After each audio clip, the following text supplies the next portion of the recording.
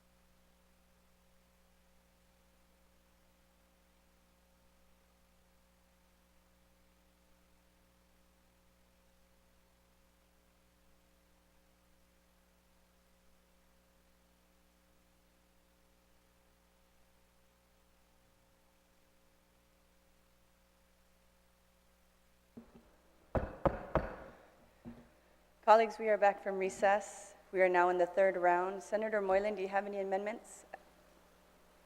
No, Madam Chair. Okay, thank you, Senator. Speaker, do you have any amendments for this bill? Yes, thank you. I have one amendment that I'd like to proffer. It's to change the funding source from the fiscal year 2022 excess revenues to the fiscal year 2021 excess revenues. In our discussion this morning with the fiscal team, they indicated there is, according to our calculations so far, at least $1 million in excess revenues remaining for FY21. Of course, they said they'll never know clearly until the audit is all done. But I think it's safe to say that there might even be more. And so, you know, I'm looking to use FY22 excess revenues for other purposes, including, you know, relief from liquid fuels tax. But, so I would say if we can use FY21, let's use it, and then that keeps the FY22 excess revenues clear for our appropriation. But, so that's the only change, really. It's a change in line 4, page 1 of the bill, section 1, from the word 2022 to 2021. Thank you. Okay, colleagues, the amendment proposed by Speaker Terlahi is on line 4, page 1, section 1. It reads, appropriation for 2022 primary election, the sum of $609,000 is hereby appropriated from the general fund excess revenues collected above the adopted levels of fiscal year 2022. 2022 is crossed out, and what is replaced with is 2021 to the Guam Election Commission for the purpose of conducting the 2022 primary election and early in-office voting. Is there anyone that would like to speak on this amendment? Senator Taidagui, you are recognized. Thank you, Madam Chair. Madam Chair, I stand in full support of this amendment. I think it was during the public hearing that I asked Mr. Byrne about the excess revenue for FY21 of the $62 million. I asked him if he happened to have with him the list that was already tapped into that particular funding source of excess revenue, and he said, basically, he says that the last committee of the whole, I think we decided it was no further funding in FY21. And I was kind of taken back about that because if I recall, I don't think there was no funding there available. I don't know. So I went back and tried to look at some of the committee Committee on Whole sessions to determine that, and I really didn't see anything at all that said there was no funding left in the FY21. And for everyone listening, if you look at the excess revenue of what this body has, used from the $62 million that was set aside was Bill 170 at $250,000, then 172 at 3.5 for the Sanchez in the Humatec school at 3.5, and then the 500,000 for the veterans was used. And of course, the tax refund was at 20 million. The estimated shortfall for special funds was at 20 million as well, and then the deficit at 1.5. And then it was, then it was brought up about the war claims too at 10 million. Lastly was the Guam Fire Department at $5 million. And when I brought this up earlier, it was mentioned that they, instead of using excess revenue for FY21, they use the governor's transfer authority to pay off this expense over expenditures from the Guam Fire Department. Even with that, without that funding there, you're still looking at $1,250,000. But for them to say that no funding was spent, the $5 million was not spent for Guam Fire Department to cover their excess expenditures, now we're looking at about $6,250,000 that's in excess revenue of FY21. So I have no doubt there is funding in there to cover this for the Guam Election Commission.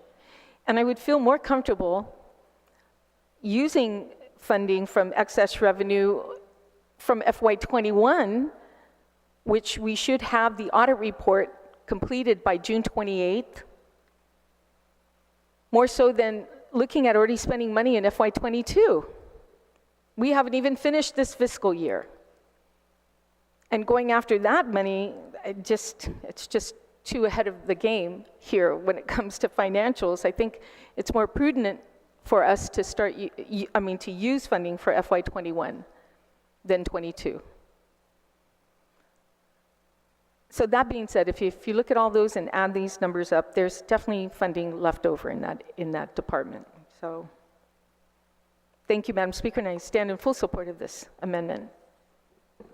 Thank you, Senator Taitigui. Is there anyone else that would like to speak on the Terlahi amendment? Senator Brown, you are recognized.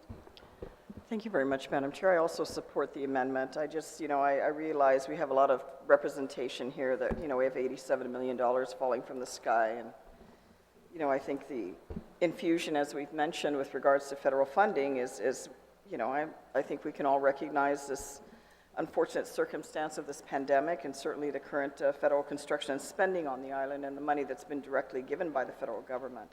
But I think we still need to be fiscally responsible with how we spend our funds, including what was looked at as excess funds, considering also all the other obligations that have been authorized by this legislature that have yet to be funded. So I think taking the money out of fiscal year 2021 that's been audited would be the more responsible thing to do. So I certainly rise in support of this amendment. Thank you. Thank you, Senator Brown. Is there anyone else that would like to speak on the Terlahi amendment? Senator San Agustin, you are recognized. Thank you, Madam Chair. I object to the amendment, number one. I like the colleagues mentioned that it's been audited. It's not been completed yet. And that was stated during even the public hearing. If that funding was available, as my colleague mentioned, I wouldn't have any problem with identifying it up front to come from 21. But we weren't even sure yet on the amount, if it was available. And that's why I'm in full support of how the bill was amended to identify any excess. As the bill is written, in excess revenues collected above the levels of FY 2022. They did mention here during this Committee of the Whole that there's more than sufficient funding that we've received above our appropriation level of 2022 of 87 million. 609 wouldn't even dent that. And then as they identified that there's an assumption that there is in fact 6 million available, then we'll take a look at the other bills that are identified, and we'll see how we can fund those other bills with that excess unappropriate 2021 funding. So I rise in objection to that amendment. Thank you, Senator San Agustin. Senator Mary Torres on the amendment. Thank you, Madam Chair. The retiring speaker brings up a good point, and I also join him in opposing this amendment. And I think that there's two things that we have to consider. One is that the Election Commission today spoke about the start of the early voting, which is July 28th. So we don't have the luxury of time to wait for the audit for fiscal year 2021 to come out to affirm that in fact those revenues are available or not. And until the audit comes out, we can presume that there's going to be a deficit in 2021 until the audit is complete. That we have to know, because there are things like continuing appropriations and carryover obligations that they have to deal with, which is what Ed Byrne and Lester Carlson were talking about. So we don't have that luxury right now of waiting to be sure, and to just presume, I think, is not the right way to go at this point. We can know that fiscal year 22, at this point, they can assure us that the funds are available. And by acting on the fiscal year 22 funds, we not only, using that as a source, we not only know that it is available, but we also know that by passing this bill with that funding source, we can also achieve the goal of having the Election Commission sign a contract for the facilities so that they can conduct the primary elections timely. So there's different things going on. One is you're making a presumption that until the audit comes through cannot be qualified right now. And number two, you're dealing with a timeline that doesn't allow you to wait until the audit is complete to confirm that those monies are in fact available from fiscal year 2021. So I believe that the way that the bill was amended is really the most sensible way to do it, the most sensible and responsible way to not only know that the funds you've identified are in fact true, but to also allow the Election Commission to conduct the early voting in the primary as anticipated and as mandated by this body when we pass that law for the early election. So with that, I disagree with this amendment. I think that, it is an unknown and it is really not a prudent way to go at this point. And that was iterated and reiterated by BBMR and DOA at the Committee of the Whole. And so I think that it's best to rely on their representations in terms of the funding at this time and go with the general fund excess revenues collected above the adopted levels for fiscal year 2022 as proposed in this bill. And with that, I just rise in opposition then. Thank you. Thank you, Senator Torres. Is there anyone else that would like to speak on the Terlahi amendment? Senator Moylan? Thank you, Madam Chair. I can appreciate the author's amendment, and if there was more certainty that money is available, then of course I can see that working. However, what I'm hearing from the director, for example, DOA, there's great uncertainty of that amount actually being there without the audit and the prior obligations that are still being paid out, basically saying don't do it. Whereas we have the certainty coming from BBMR saying for the 2022 budget, we certainly can pay out this amount, there's no question.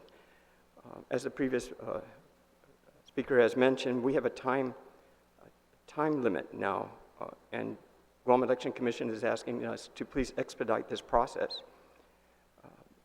If it's too risky, I feel that if we attempt to make this amendment and then the money is not there, when we know compared to 1 million available in 2021, we hope, versus the latest CRER reporting over 87 million available in 2022.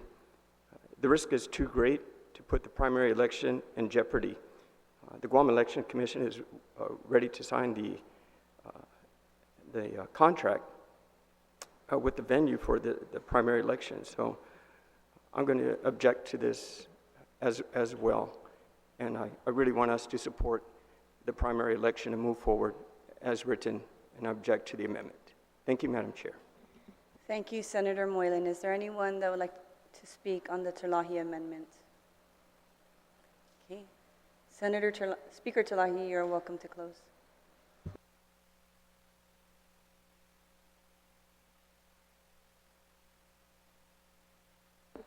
Thank you, Madam Chair. I just want to remind the body, as respectfully as possible, what was actually discussed this morning, and that was the language of the bill says that we're going to get $609,000 from the general fund excess revenues collected above the adopted levels of fiscal year 2022. My amendment doesn't change any of that language except for the year 2022 to 2021. That means the bill will still be immediate. There's no risk of any delay because it's immediate. And it's based on, when they say excess revenues collected above the it's based on the CRER. It's the same thing we used to fund tax refunds, the special fund deficit, the FY20 audit, war claims, the fire department, FQ Sanchez School, GUMA. All of those were immediate. None of these bills, this language makes no connection to an audit. It's very clearly written so that no one has to wait for an audit. So I think that's a misrepresentation to say that there's any risk to the Election Commission if we change the date and get the excess revenues from 2021, that there's any risk to the Election Commission not getting their money to operate what they need it for. Because if that was true, then the same logic should apply for FY22, that if we need to wait for an audit to spend excess revenues collected above adopted levels of fiscal year 2021, then we would by all means need to wait for an audit to spend these for excess revenues of FY22. The language is written specifically to bypass any audit and to say we are relying on the CRER. And another thing that was discussed this morning, they told us the amounts. And so this is just a choice of whether the legislature is going to control the excess revenues, and we've brought in excess revenues for 3 fiscal years at least, and we've left it for them to spend. This is our duty here, and that is to prioritize and make the appropriations. And if you're not going to do that, and we're going to leave it for the administration to put the money wherever they want, then I don't know why we're here. This is why we are here. It's to say, use this money for that, and we are going to spend the FY22 revenues elsewhere. Because we know it's there. We know that at a minimum, there's $1 million, and GEC only needs $600,000.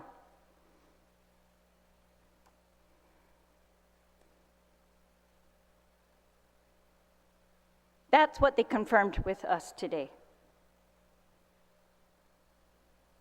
This is the same game that they played with us. If I don't know, if you're buying it, then it's buying that they could not have put $10 million excess revenues towards the hospital 3 years ago. Because we didn't write it exactly like this. In fact, this is how we wrote it. This is the thing. Every time they come in here, they tell us, we just had a bill hearing on using the word general fund without all this extra language, and they said that was fine. We didn't even need to balance our use of general fund monies with what we anticipated to be revenues, that was not necessary. Here in the bill now, we're acting like it's necessary, but I'm just saying it's the identical language. So this language here today was not reliant on an FY22 audit.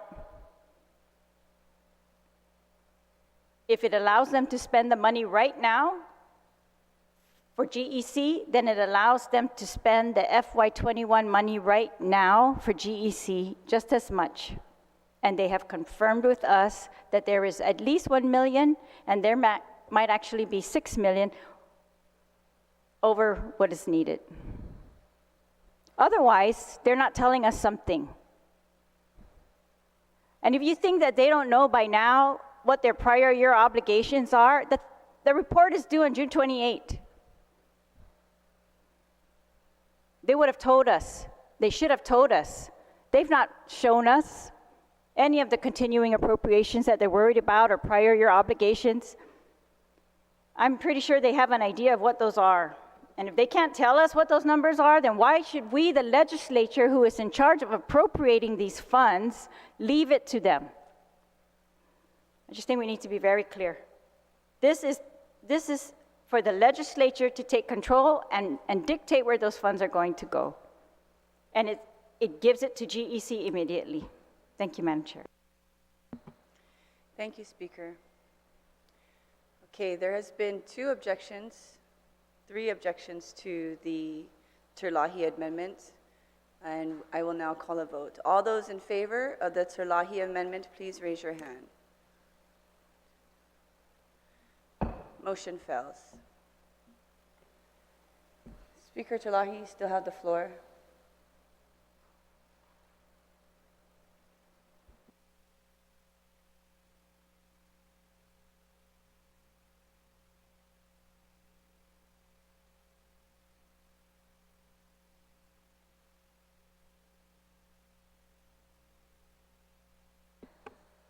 Yes, Madam Chair. I'd like to just move to reconsider the vote on that last amendment, because I want to add one more thing.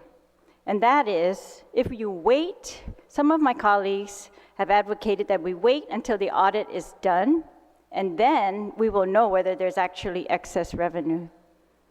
I don't think that's clear. We have never been able to go back in and take excess revenues after the audit and spend them. And especially the way this language is written, it's very clear. It's to take that money based on a CRER prior to the audit being written, because they will balance their audit. If they have excess revenues, they'll use it on something that they probably weren't planning to use it for prior to this. So that's why I'm asking my colleagues again to just reconsider that, and that it's our only chance is to do it prior to the audit instead of after the audit. Just like what the bill's written to do prior to the FY22 audit, Madam Chair. There has been a motion to reconsider the actions on the Terlahi amendment, which reads, line 4, page 1, Section 1 appropriation for 2022 primary election, the sum of $609,000 is hereby appropriated from the general fund. Excess revenues collected above the adopted levels of fiscal year 2022, which is crossed out and replaced with 2021, to the Guam Election Commission for the purpose of conducting the 2022 primary election and early in-office voting. So we are first going to consider the motion to reconsider the actions of the body. All those in favor to reconsider the actions of the body, are there any objections? There has been an objection. All those in favor to reconsider the actions of the body, please raise your hand. Motion fails. Speaker Terlahi, do you have any other amendments? No other amendments, but on the Thank you, bill, Speaker. I'd just like to say I support the bill. But again, people are still suffering out there. People are still in need of assistance. We are looking to use FY22 monies collected in excess of appropriations to help people. So the more of the FY21 that we can use is going to help them as well. It would leave us more to use for FY22. We have bills in here that propose moratoriums on liquid fuels, repealing liquid fuels taxes, repealing gross receipts taxes some more. We're not going to be able to do those. We're going to fight over FY22 revenues when we've got FY21 revenues available to us. So, but I'm wishing GEC the best in their they seem very prepared. They're not worried. There was nothing discussed today that said there was any risk that they would not get their money. They're going to get their money, and they are prepared. We just have to see how this advance voting, well, how convenient it's going to be. I think the convenience of it is really going to dictate whether it's, you know, as we are hoping it's going to bring voters out. So I'm wishing them the best in their preparations, and I have no doubt that they will use the money wisely and that in preparing. And looking forward to the elections, Madam Chair. Thank you. Thank you, Speaker Talahi. Is there anyone else that has any amendments for Bill number 281-36? Being that do you have an amendment, Senator Tydegui? Madam Chair, I think you started first with Senator Moylan, then to Mary, and then Senator, and then so are you going down the row? Yeah. Sure, I can do that. Senator Sabina Perez, do you have any amendments for this bill? No amendments, Madam Okay, Chair, thank but I do want to kind of reiterate some sentiments regarding the Are previous you speaker. speaking on the bill? Yeah, is Okay. now's the time? Yes. Okay, yeah, so I just want to reiterate certain sentiments from the retiring Speaker Terlahi. And I think, you know, it's been said that, you know, there's been a move to reduce lapses from being reutilized by the agency so that we can reprioritize the additional funding. And I think, you know, what this amendment does that did not pass, it really is a start of that. And I think if we want to start, you know, seeing how we can reprioritize the monies to you know, other uses, you know, now's the time to do that with this amendment, which unfortunately didn't pass. But I think, again, of course, GEC needs the funding, and I have no you know, I support that. But I think, you know, the budget process is really the time to exercise fiscal restraint, because we don't know in this artificial economy how long this will last. I mean, considering, you know, a lot of the tax refunds coming in or the tax filings are probably from PUA. So it's hard to say whether we can continue this rise in revenues. And the sooner that we can implement these fiscal measures, fiscal restraints by all our agencies, I think the better we are to building resiliency in our economy, because we really, I think, have to practice frugality. Even if there's a lot of money right now, or there seems to be a lot of money, it's important to save for that rainy day. At least that's what I was, the values that I was brought up with. And you know, if there's $1 million there, it should be used for the purposes of that agency, rather than trying to seek additional funding, which we can use for other purposes. So I just also want to wish Guam Election Commission well. I do trust Maria Pangilinan. She's been a stalwart in this community in regards to ensuring the stewardship of the election, various elections. And so I just want to, register some of my thoughts. Masi. Thank you, Senator Perez. Senator Brown, do you have any amendments at this time? If not, you're welcome to speak on this measure. I appreciate it, thank you. No, I don't have any amendments. It's a pretty simple bill with regards to the intent, but I do want to echo the comments of the previous speakers. I think especially before we go into the budget, certainly this is just a piece of that process of addressing the funding for the primary election. But I think we need to be mindful that yes, while certainly the money seems to be falling from the sky, I think we know the circumstances under which we are receiving this unprecedented additional funding. And we do need to be responsible with how we spend the people's money and be very obvious and transparent. I mean, if we're not willing to agree to $600,000 from the 2021 budget, but we're willing to take it out of the 2022, which obviously has not yet been completed and obviously has not been audited, then really how responsible are we being? We're very free-flowing with this idea. While some of our colleagues here seem to have no issue with spending money, I do. Because inevitably, in the near future, we're going to be in a situation where we have grown this government, and this government has grown. The fact that the executive now, with these federal funds, can increase the overall cost of our government operations without even the legislature having any involvement in that, obligating our people for millions, so far $54 million just in raises alone, and obligate our people to that without even legislative authorization. We're not being responsible. And one of the things that we did do in the last budget is we got rid of the rainy day fund, essentially putting money aside during this time of tremendous financial increase of unfortunate circumstances, one with the pandemic, the other with the military investment because of the buildup. We eliminated the ability to put a reasonable amount of this money aside for that rainy day, and we know it's going to come. You cannot keep growing government, spend, and certainly I'm sure we want to create this illusion in the next few weeks leading up to the election that everything's all well and that this will continue. I'm sure we'll see the downslide when the election's over, regardless of who gets elected, just because of the financial realities of this government. We weren't elected to be irresponsible in our capacities. We're supposed to be here looking out for the public purse and making sure that we're responsible with how we spend money, spend the people's money. And I don't think we're doing that if we're not ensuring that the source of the money is there and that it's available. And I'd rather look at it from the previous year where the option is more clear with regards to what's left versus what we have now. Because while we're saying, oh, 87 million, the money's falling from the sky, my dear colleagues, what about all the obligations? What about the 35 million you approved in the budget for the hospital? What about the 10 million for the new prison? Where's that money coming from?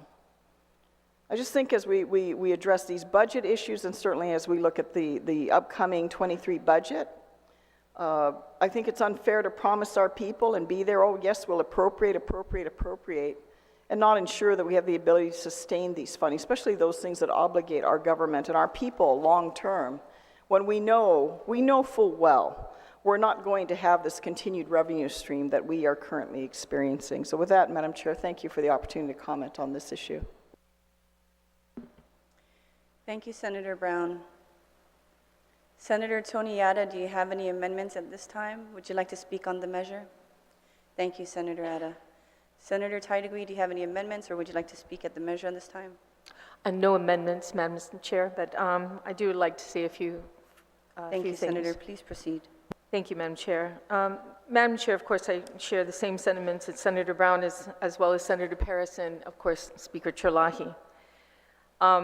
In fact, it's about check and balances. And we tend to gravitate toward and accept things that are coming from the administration when they come into the Committee of the Whole, when they don't even provide us information that we're asking for. What is the latest balance? What is the latest expenditures? Where have you transferred this funding from? And just today, we found out that the $5 million for the Guam Fire Department's over expenditures was taken care of through the Governor's Transfer Authority, not through FY 22-21 excess revenue, which was mentioned earlier. So it's like the story keeps changing. And we can't really do what we are meant to do in this body, and that is to make sure the checks and balances are there for the people of Guam's funding, for their money, their hard tax-paying funding. This government of Guam. Madam Chair, in the FY21 budget, we ensured that, and it says in this budget, as well as 2022, Imagahagan Guahan prohibited from expending excess fiscal year 2020 and 2021 revenues, prohibited. Notwithstanding any provisions of law or rule or regulation, Imagahagan Guahan shall not expend general fund revenues collected in excess of the adopted revenues as the basis for the appropriations contained in Public Law 35-36 and this act, without legislative appropriation, authorize the expenditure of this excess fund. That was in the FY21 bill. For FY22 budget bill, it says the same thing, the exact same thing. And then Senator Brown brought up the rainy day fund as well, putting aside that, but we had appropriated a certain amount of funding. It says here, notwithstanding, not herein shall prevent Imagahagan from making such deposits into the rainy day. It doesn't prohibit her or as deemed necessary. The general revenues collected in excess of adopted revenues as a basis for the appropriations contained in Public Law 35-99, and this act shall be deposited as follows. 70% of such excess revenue shall be deposited into the income tax refund payment trust fund, and 30% of such excess revenue shall be deposited into the rainy day fund. Are we seeing that right now? Have they brought this up? This has not been brought up at all. But what really gets me is the fact that here we have FY21 excess revenue that has not been expended, but everyone's eyeing the 22. Is that what everyone's thinking? We have so much money that we could just bypass $1 million plus and go straight to 22 because it's a bigger pot? This is irresponsible. For them to say, for anyone to say that, it's because we might not get the money for the Guam Election Commission, we know that's not true. If anything, if there's excess revenue for FY21, we have that in our general fund now. We're closer to knowing how much excess revenue for FY21 than we are for 2022.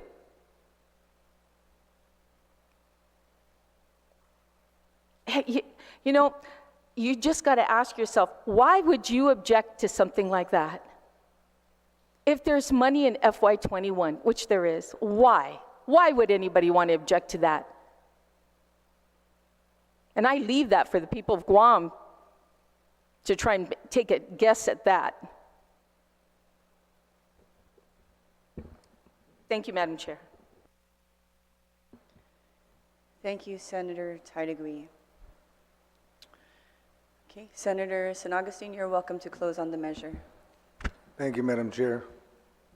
Madam Chair and colleagues, as we discussed and deliberated Bill 281-36 COR, I hope that we can all agree that GHC should be equipped with the proper funding to successfully execute a clean and secure election. This bill guarantees that we, the people of Guam, are given the right to practice our civic duty to vote. Guam Election Commission diligently asked for the supplemental funding to ensure that our people are given the opportunity to vote without worrying about their safety and security of their vote and this election. I ask for the affirmative vote for this body, and let's make this upcoming election clean, secure, and smooth as possible. Madam Chair. Thank you, Senator San Agustin. Do you have a motion at this time? Yes, Madam Chair. I move that Bill 281-36 COR, as amended by the Committee on General Government Operation, Appropriation, and Housing, with the recommendation of the Committee of the Whole, to be placed on the third reading file. On the motion to place Bill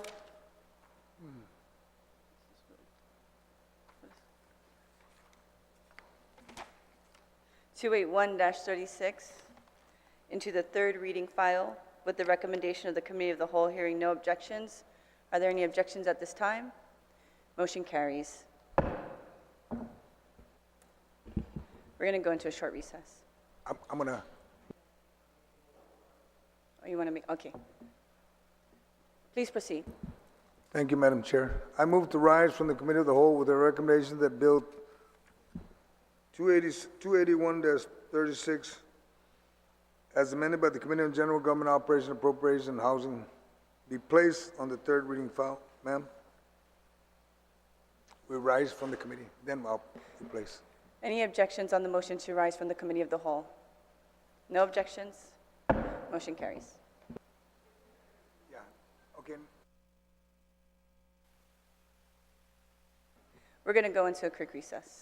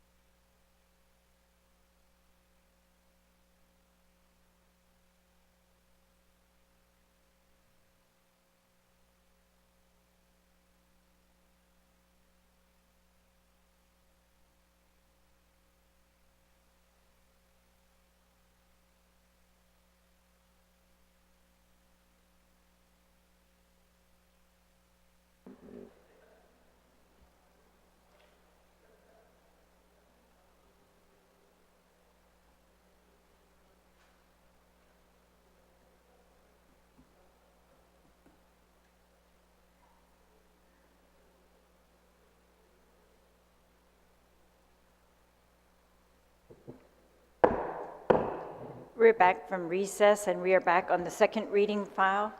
Senator San Augustine, you are recognized. Thank you, Madam Speaker. I wish to report back to the body after deliberation of Bill 281-36 CR as amended by the Committee on General Government Operation, Appropriation, and Housing, with the recommendation of the Committee of the Whole to place Bill 281-36 on the third reading file.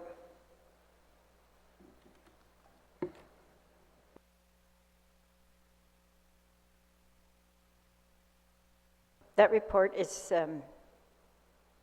accepted. Is there a motion to accept the recommendation? That's my move, is to Okay. accept it and send it All third right. reading because it was already decided Okay. by the Committee of the Whole. Sorry, then, yeah, we're going to be voting then on a motion to accept the recommendation of the Committee of the Whole and to put the Bill 281-36 COR on the third reading. On that motion, is there any objection? Senator Teitzig? Objection? All right, so all in favor, please raise your hand.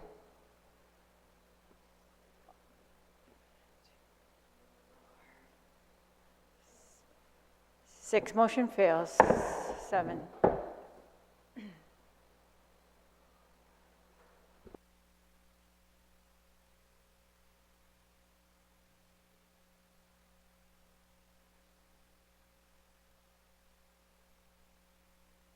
All right, Senator.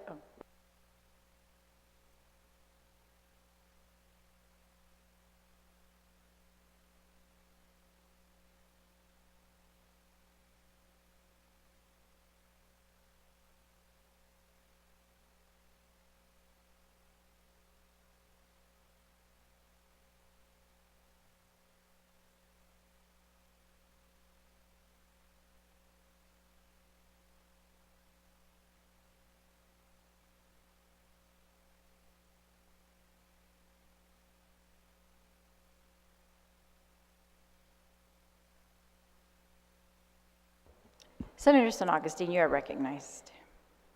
Madam Speaker, I notwithstanding House rule that we go back to motion.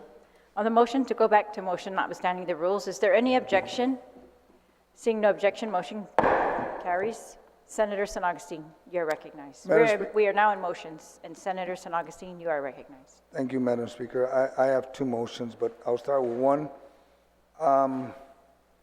Ask that the notwithstanding the House rules that the body reconsiders their stand on Bill 301-36. This is an act to approve the Second Amendment and reinstate land lease agreement between the Guam Power Authority and the Guam Ukadu Power LLC as lenders, conditioned to fund construction of a 198 megawatt power plant and BESS facility located on lot numbers 5010-1 new-1 and 5010-1 new-1 R1 Dededu, and a related reserve facility located on lot number 261-2 PD Guam, and to authorize the use of those properties for such purposes. Madam Speaker and my colleagues, if it's approved, to reconsider and that we would hear this on the second reading, the bill won't be heard until tomorrow, which will meet the requirements of the 5 days that my colleagues have stressed since last week. Thank you, Madam Speaker. On the motion to reconsider, we will vote first on the motion whether to reconsider, and then we will actually vote on the motion to place. So on the motion to reconsider the actions of the body on bill number 301-36 LS, is there any objection? Seeing no objection, motion carries. Senator San Augustine, you are recognized. Madam Speaker, I ask that, notwithstanding the House rules, that we place Bill 301-36 LS onto the second reading file and not to be heard until tomorrow. The title? Senator Brown, is that what you're asking as the title? Thank you. The title was just read. 301-36 LS, introduced by myself as amended by the Committee on Health, Land, Justice, and Culture, an act to approve the second amended and reinstated land lease agreement between the Guam Power Authority and the Guam Ukadu Power LLC as lenders, conditions to fund the construction of a 198 megawatt power plant and BESS facility located on lots number 5010-1 new-1 and 5010 new-1 new-R1 Dededu, and a related reserve facilities located on lot number 261-2 PD Guam, and to authorize the use of those properties for such purposes. On the motion to place Bill number 301-36LS as amended by the committee onto the second reading, is there any objection? Seeing no objection, motion carries. Is there any other motion? If not, then we are proceeding to the second reading file. Motion? I have one more motion. Sorry, Senator San Augustine, you're recognized under motions. Madam Speaker and colleagues, I motion, notwithstanding the House rules, to reconsider the motion of the decision of the body on Bill 197-36, as introduced by myself, Joe San Augustine, Senator Amanda Shelton, Vice Speaker Tina Rose Munoz-Barnes, Senator Jose Pito Terlay, Senator Frank Blas Jr., Senator Jem Mullen, Senator Clint Rigel, Senator Talina Cruz Nelson, as amended and further amended by the Committee on General Government Operation, Appropriation, Housing. An act to appropriate $5 million from the general fund to the University of Guam for the purpose of providing additional financing support toward the construction of the Student Service Center and the School of Engineering buildings. I hope I said that correct on the motion. Understood. There's a motion to reconsider the actions of the body on Bill number 197-36 COR as amended by the committee and further amended, by the committee. This is the second reconsideration motion. This is just a motion to reconsider. Is there any objection? There's an objection to reconsidering. All in favor of reconsidering, please raise your hand.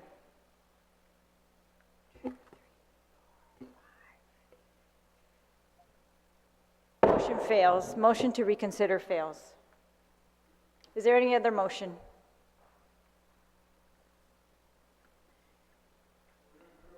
If not, then we are in second reading.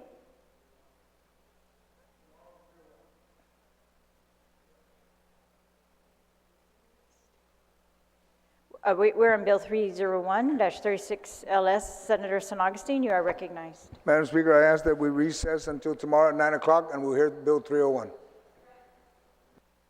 Objection to the recess?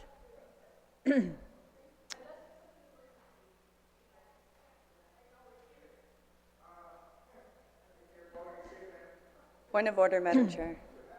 Please Madam state your point Speaker. of order.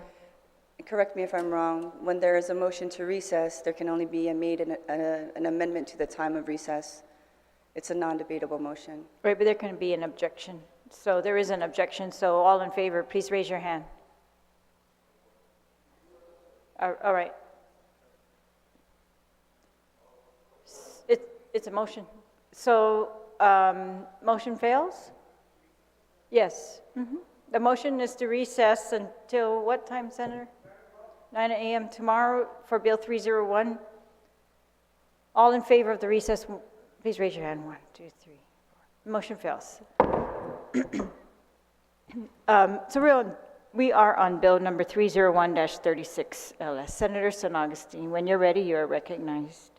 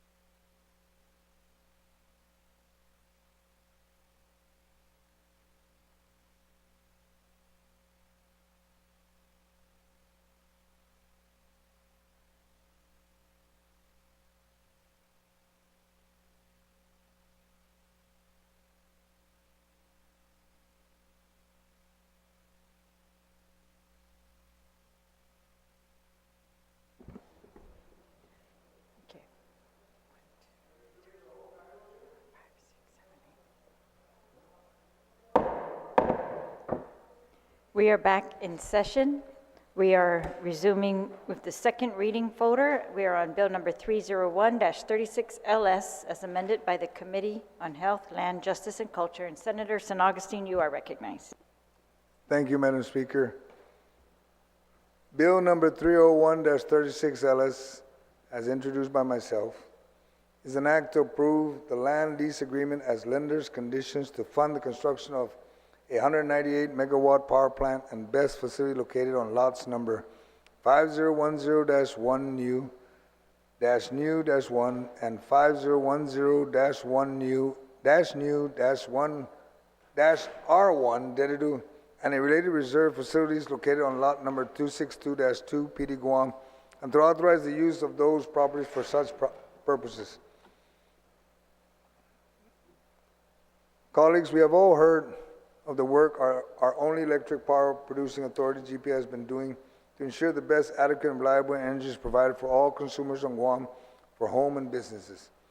This includes the work to fulfill the requirements of a consent decree filed on April 20, 2020, requiring GPA to construct and operate new generation ultra-low sulfur diesel to resolve violation of U.S. environmental laws from the operation of the Cabras and PD power plants. After a vigorous public competitive bidding process in accordance with Guam procurement law and approval of the CCU and PUC, GPA and Guam Ukudu Power LLC entered into an energy conservation agreement and land lease agreement under the authority of Section 8104, Title 12, Guam Code Annotated. In 2010, in order to create the balanced playing field, Public Law 32-40 was enacted requiring legislative approval for exceptional term leases, defining the lease length associated with the cost of the project. Bill 301 addresses the need to fulfill this provision and authorize a long-term lease in PD and Ukudu to ensure GPA and GUP contracts can be properly executed to cover the terms of the agreement, the use of the land for the building of the new power plant. The bill will help support the foundation that GPA has been working diligently on to ensure the best practice in power production while fulfilling the requirements of environmental stewardship of Guam and U.S. laws. Madam Chair, I seek the support of my colleagues on this bill and for any other discussion. Thank you. Thank you, Senator. On the bill, 301-36LS, is there anyone who'd like to be recognized?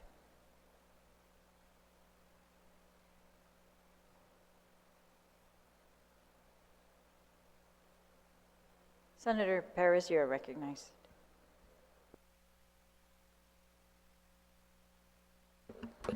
Thank you, Madam Speaker. I do have an amendment to proffer. I'm not sure if it's uploaded yet.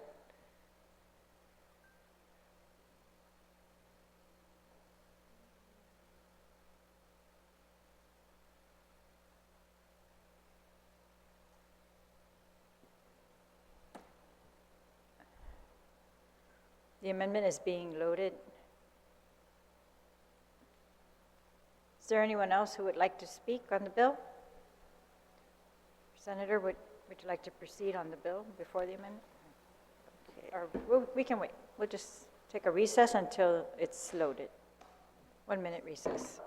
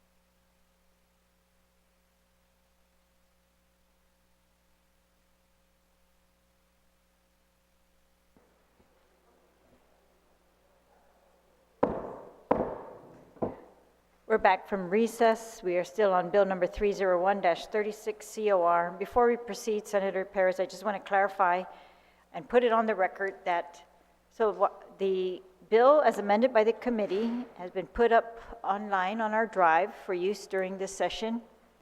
Attached to it are exhibits A, B, and C of the Land Lease Agreement, LLA.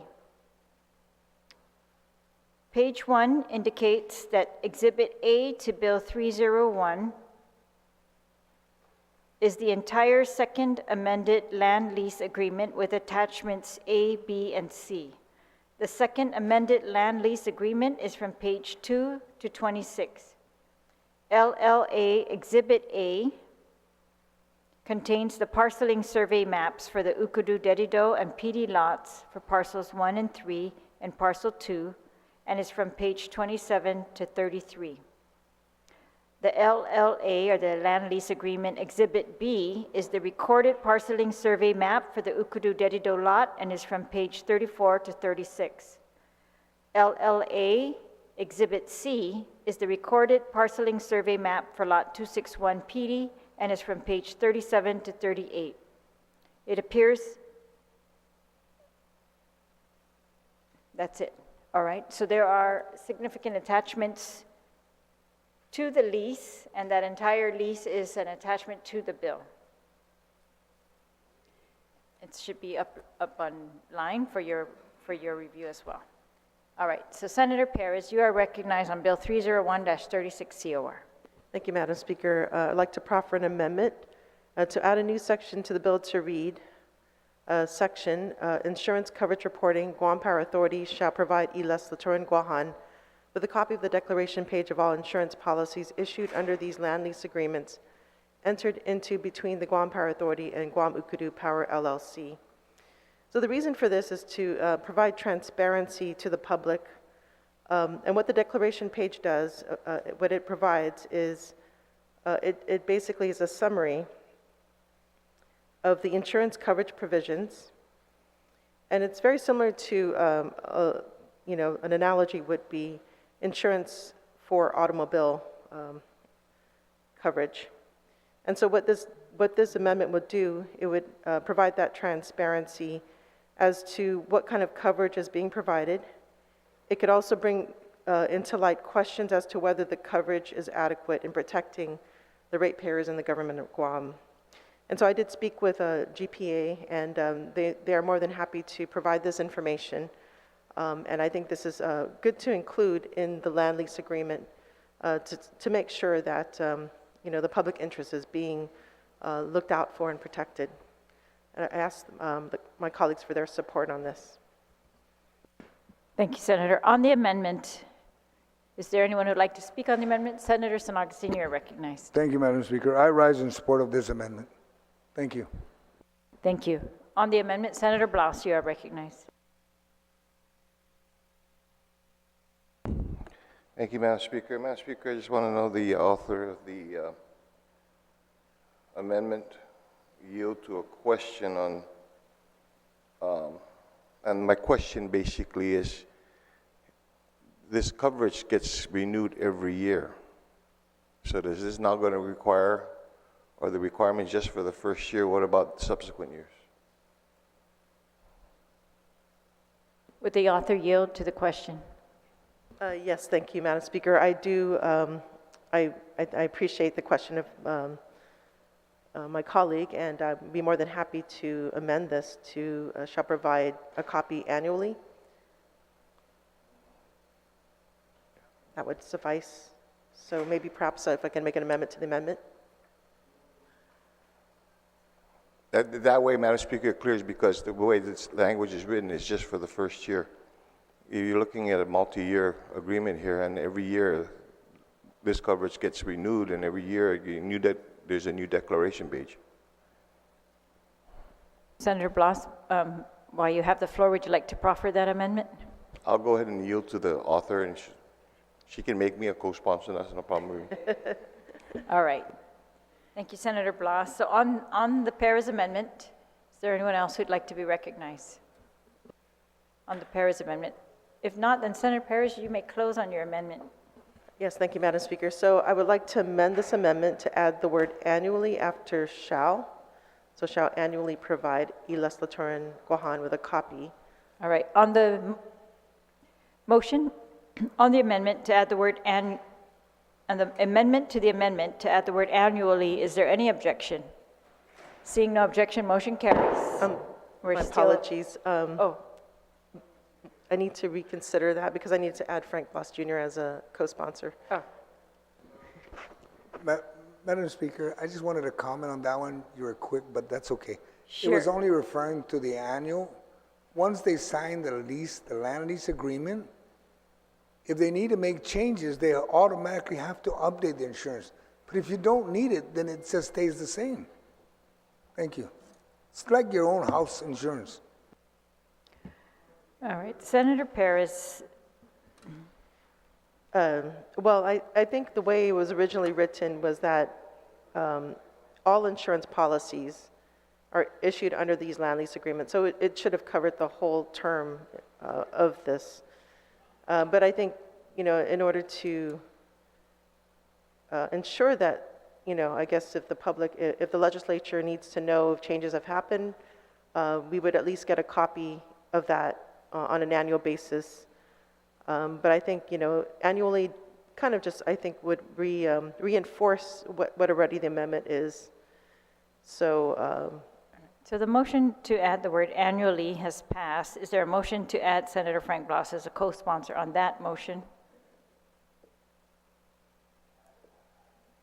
yes, I would like to add him as a co-sponsor. All right, so on the motion to add Senator Bloss as a co-sponsor to the amendment, is there any objection?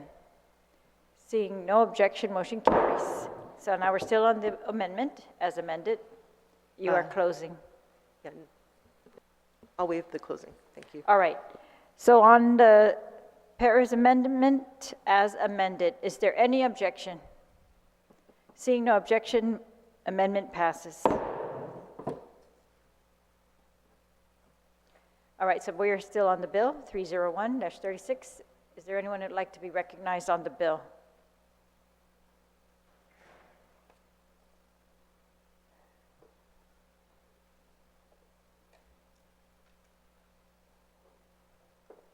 On the bill? All right, if not, then the sponsor may close on the bill. Thank you, Madam Speaker and colleagues. We have another opportunity to help GPA from violating consent decree, but more importantly, helping to bring reliable power to our people. Thank you to the hardworking people at the authority and who are committed to addressing all the issues that come with power generation. Madam Speaker and colleagues. And that it be moved to the third reading file. Thank you, Senator. On the motion to place Bill number 301-36 COR as amended by the Committee on Health, Land, Justice, and Culture and further amended on the floor to the third reading, is there any objection? Seeing no objection, motion carries. We've now exhausted our second reading file.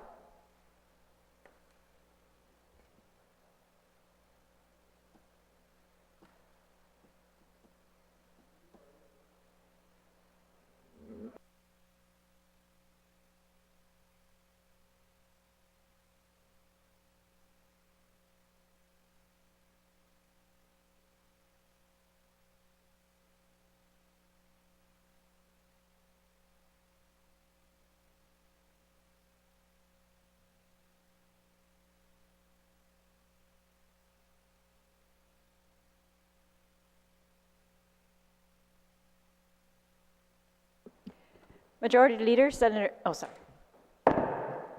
we're back in sessions. Majority Leader, Senator Nelson, you are recognized.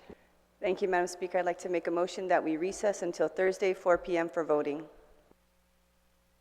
On the motion to recess until Thursday, 4 p.m. for voting. Any objection? Seeing no objection, motion carries. We are in recess until 4 p.m. on Thursday. Don't forget, Friday morning, there is a state funeral. Si Dios masi.